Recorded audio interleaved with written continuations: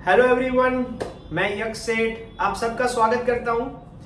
आज हम बात करने वाले हैं, अगर आप आपका खुद का क्रिप्टो एक्सचेंज बनाना चाहते हो तो हम कौन से फीचर्स प्रोवाइड करते हैं आपको आपके खुद के क्रिप्टो एक्सचेंज में, या आप कहीं पे भी डेवलप कराओ तो कौन कौन से फीचर्स आपके क्रिप्टो एक्सचेंज डेवलपमेंट में होने चाहिए।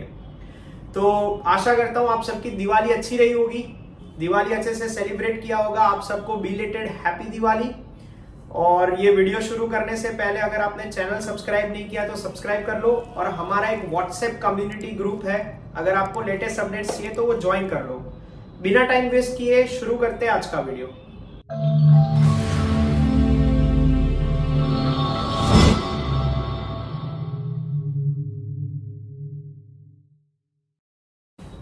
हम लोग तीन तरह के एक्सचेंज के पैकेजेस प्रोवाइड करते हैं। तो हम लोग आज बात करेंगे क्रिप्टो एक्सचेंज डेवलपमेंट की, जिसमें हमारे तीन पैकेजेस आते हैं। एक एडवांस, पहले आता है बेसिक, एडवांस और एडवांस प्लस। ये तीनों में क्या मेजर डिफरेंस है मैं बता दूंगा। अगर हम बेसिक समझ लेंगे, बेसिक मतलब आपको एक प्रॉपर अच्छा एक्सचेंज बनाने के लिए उतने फीचर्स तो चाहिए ही चाहिए। तो उतने फीचर्स पे अपन बात करेंगे कि कौन कौन से फीचर्स चाहिए होते हैं। तो मैं यहाँ पे फीचर लिस्ट का एक लाइन बना देता हूँ, यहाँ पे हम फीचर्स लिखते जाएंगे, यहाँ पे मैं आपको एक्सप्लेन करता जाऊंगा। तो सबसे पहला फीचर है यूजर मॉड्यूल। अब ये एक बेसिक चीज है जो हर एक्सचेंज में चाहिए होगा। यूजर मॉड्यूल में फिर सारी चीजें आ जाती है, register, KYC, login, sign up, forgot password, KYC rejections हो तो क्या करें, इंटरनेशनल केवाईसी हो तो क्या करें, इंडियन केवाईसी में ऑटो अप्रूव्ड केवाईसी करना हो तो कैसे करें, यूजर का डिपॉजिट, क्रिप्टो विड्रॉल, यूजर के wallets, different type of wallets, सारी चीजें इस यूजर मॉड्यूल में कवर हो जाती है। तो एक बेसिक यूजर मॉड्यूल एक सबसे पहली चीज होती है। फिर हम उसी को यूजर मॉड्यूल के साथ हमने जैसे केवाईसी की बात करी, तो यूजर का पूरा केवाईसी मॉड्यूल, यूजर के केवाईसी मॉड्यूल के बाद सबसे बड़ी चीज जो एक्सचेंजेस मिस कर जाते हैं, ओनर्स को नहीं पता होता, कंपनी उनको सजेस्ट नहीं कर पाती है, बाइनेंस का एपीआई इंटीग्रेशन। अभी अभी आपको न्यूज मिला होगा, बाइनेंस के हमारे सीजी साहब ने रिजाइन किया हुआ है, तो बाइनेंस एपीआई है। अब लोग आप बोलोगे सर हम हमारा खुद का एक्सचेंज बना रहे हैं, बाइनेंस की एपीआई क्यों ले? तो भाई आपका जब एक्सचेंज होगा आया होगा, उसमें कितने वॉल्यूम्स कितना ऑर्डर आते होंगे, 2, 5, 10, उतने में बायर आके खड़ा है, सेलर है ही नहीं, जेब से लिक्विडिटी लगाओ, उसमें भी उस एसेट्स को होल्ड करो। तो वो सारी चीजें ना करनी पड़े, हम क्या करेंगे, आपके एक्सचेंज का जो मेन टॉप कॉइन्स है, बेसिक पैकेज में हम 15 कॉइन्स फ्रॉम बाइनेंस इंटीग्रेट करके देते हैं। तो क्या होता है, बीटीसी, ईथर, ट्रोन, बीएनबी, ये सारे कॉइन्स की ऑर्डर बुक बाइनेंस से आती है। इसकी बाई सेल के जो सारे ट्रेड्स है वो बाइनेंस से आते हैं। इसकी प्राइसिंग, इसका ग्राफ, सब कुछ बहुत अच्छा लगता है, वो बाइनेंस से आता है। अगर कोई यूजर बाय करता है तो बाइनेंस का सेलर मैच होता है, अगर कोई यूजर सेल करता है तो बाइनेंस का सेलर मैच होता है, और बाइनेंस पे इंस्टेंटली ट्रेड हो जाता है। तो किसी यूजर को ऐसा नहीं लगता है कि भाई मेरी ट्रेडिंग नहीं हो रही है और ये एक्सचेंज बहुत वीक है या ये एक्सचेंज में कुछ नहीं है। तो बेसिक पैकेज में आपको टॉप 15 क्रिप्टो कॉइन्स मिल जाते हैं। एटलीस्ट मिनिमम 10 या 15 कॉइन से शुरू करो, कहीं पे भी आप एक्सचेंज बनवा रहे हो तो बाइनेंस एपीआई के बिना एक्सचेंज लॉन्च करने का सोचना भी मत। फिर उसी में खाली लिखा हुआ है कि बाइनेंस एपीआई इंटीग्रेशन करना है, उसमें 15 कॉइन्स मर्ज करने हैं। 15 कॉइन्स मर्ज करने के बाद यहाँ पे मैंने फीचर सेट रखा हुआ है, कुछ मिस ना हो जाए इसलिए। खुद के कॉइन का ट्रेडिंग यहाँ पे हम कर लेंगे।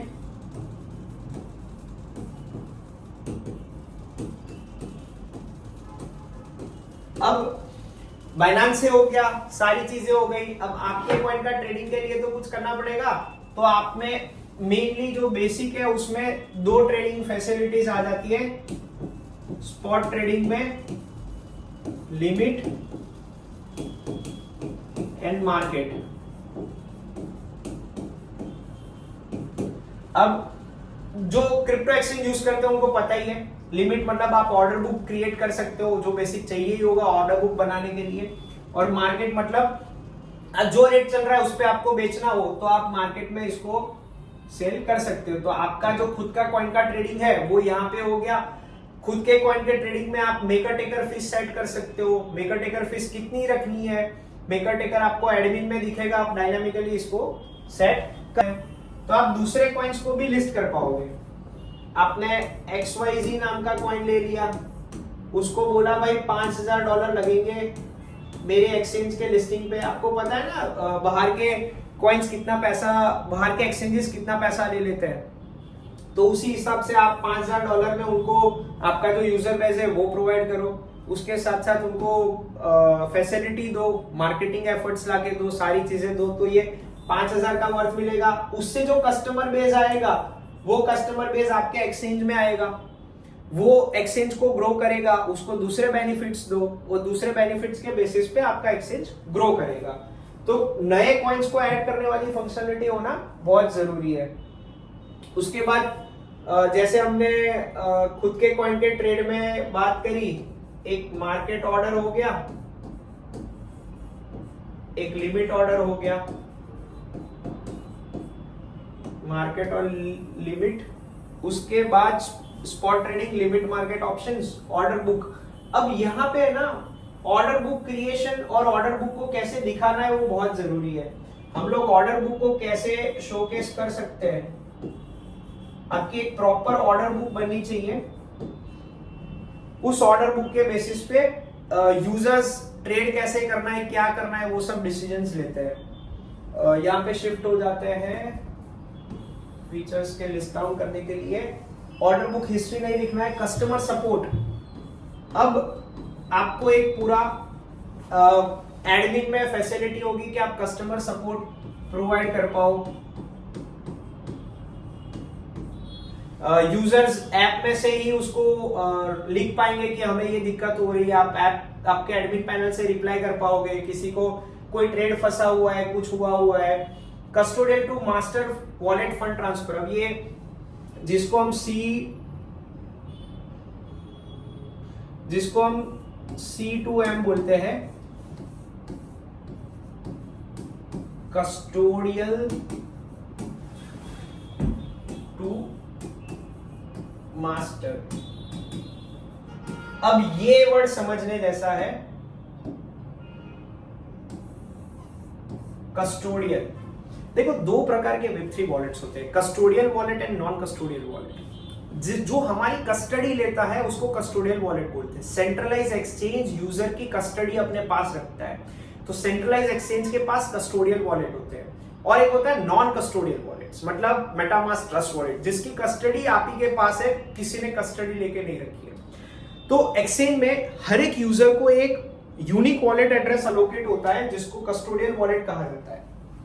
अब यूजर ने 100 USDT उसके वॉलेट में ट्रांसफर कर दी है, उसके पास बैलेंस आ गया 100 USDT का, उसने ट्रेड मारा उसने ट्रेड मारा आपके कॉइन का, आपके कॉइन को विड्रॉ करके चला गया। अब वो 100 USDT तो एक्चुअल तो ब्लॉकचेन पे पड़े हैं, तो आपको एक एडमिन पैनल में फैसिलिटी मिलती है, आप custodial wallet to master wallet में चीजों को ट्रांसफर कर पाओ। आप इमेजिन करो 5000 यूजर है, तो 5000 के यूजर्स के वॉलेट में गैस फी प्रोवाइड करना, वो गैस फीस के बेसिस पे उस कस्टोडियल वॉलेट को खाली करके एक मास्टर वॉलेट में लाना, वो सब चीजें ऑटोमेट होती है। आपको एडमिन पैनल में सारी चीजें दिख भी जाती है कि भाई कितना फंड कहां पे पड़ा है, कौन सी करेंसी में पड़ा है, क्या क्या होता है। ये one of the major feature है। आप कहीं पे भी एक्सचेंज बनवाओ, कस्टोडियल टू मास्टर फंक्शनलिटी को चेक करना, उसके अलावा एक्सचेंज को मत बनवाना। उसके बाद आ गया lightning fast matching engine, short में लिख देते हैं फास्ट मैचिंग इंजन। उसके बाद हो गया 12 month support, dynamic app dashboard, virtual liquidity. ये समझ लीजिए सबसे जरूरी चीज। अब भाई आपको पता होगा खुद का एक्सचेंज बनाना और दूसरे एक्सचेंज में जाने में सबसे बड़ा डिफरेंस क्या है, कि दूसरे एक्सचेंज में जाते हैं तो एक तो लिस्टिंग फी देनी है, लिस्टिंग फी के साथ साथ आपको लिक्विडिटी रखनी है यूएसडीटी एंड आपके टोकन में। अब ये है एक्सचेंज आपका, तो मानो कि आपका XYZ कॉइन है, उसका पेयरिंग आप कर रहे हो यूएसडीटी के साथ, तो मैं आपको आपके एक्सचेंज में ऐसी फंक्शनलिटी दूंगा कि आप XYZ और यूएसडीटी दोनों की वर्चुअल लिक्विडिटी आप एक्सचेंज में यूज कर पाओ, वहां पे आपको एक्चुअल यूएसडीटी की जरूरत ना पड़े। ये बहुत जरूरी, बहुत बढ़िया और सबसे इंपॉर्टेंट फीचर है। एक ये दो के बिना, और एक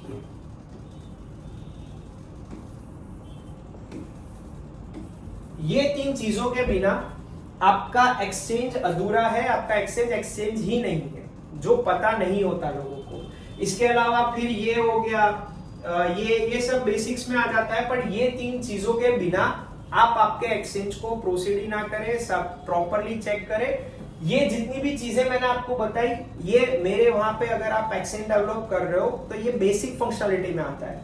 अब बेसिक से एडवांस में जाते हो तो P2P आ गया, trade and hold and earn आ गया, एक सिंगल ब्लॉकचेन से मल्टी ब्लॉकचेन आ गया, उसके बाद उसमें hold and earn, trade and earn functionality, launch pad, फलाना ढिमकाना, ऐसे फीचर्स बढ़ते जाते हैं। ये एक बेसिक एक्सचेंज के फीचर सेट है। अगर आपको लग रहा है कि बेसिक में कुछ रह रहा है तो आप मुझे कमेंट सेक्शन में बताओ। बाकी आपको आपका खुद का एक्सचेंज बनाना है तो हमारा पहले दिन से पर्पस है कि हम नहीं बताते कि आप हमारे वहां से ही बनाओ, पर जहां से भी बनाओ नॉलेज लेके बनाओ, एक ही बार बनाना पड़े, बार बार ना बनाना पड़े। मेरे वहां पे 30-50% क्लाइंट्स ऐसे होते हैं कि सर ये टेक टीम ने सही काम नहीं करके दिया, इसलिए हमें आपसे बनवाना है, ये टेक टीम अटक गई है, अब उनके पास सॉल्यूशंस नहीं है। तो सारी चीजें चेक करो, पूरी चीजें डिस्कस करो कैसे क्या होगा, उसके बाद ही चीजों को कंक्लूड करो। बाकी अगर आप चाहते हो तो स्क्रीन पे कहीं पे नंबर दिख रहा होगा, व्हाट्सएप ग्रुप में जो नंबर है वहां पे आप हमें कांटेक्ट करो, मेरी टीम आपको कांटेक्ट करेगी। आपका एक बहुत प्यारा सा क्रिप्टो एक्सचेंज बनाएंगे और उसको बहुत अच्छे से हम आपको गाइड कर सकते हैं कि कैसे चलाना है। तो फिर से खाली फीचर्स देख लेते हैं। User module, user KYC, Binance API, Binance से 15 कॉइन ला दिए, हमारा खुद का कॉइन का ट्रेड हो गया, हमने एक नया कॉइन ऐड कर दिया, market facility, limit, order book, customer support, C2M, fast matching engine, virtual liquidity, जिसमें ये तीन चीजें Binance API, custodian to wallet and virtual liquidity सबसे इंपॉर्टेंट फीचर सेट है हमारे। तो आज का वीडियो इसके साथ खत्म करते हैं। बाकी ऐसी अपडेट्स, इंडस्ट्री अपडेट्स और उसमें भाग दौड़ में नहीं हो पा रहा है, बट आपसे मिलते रहेंगे जितना फ्रीक्वेंटली हो पाए। आशा करते हैं आपको थोड़ा नॉलेज गेन हुआ होगा। मिलते हैं नेक्स्ट वीडियो में।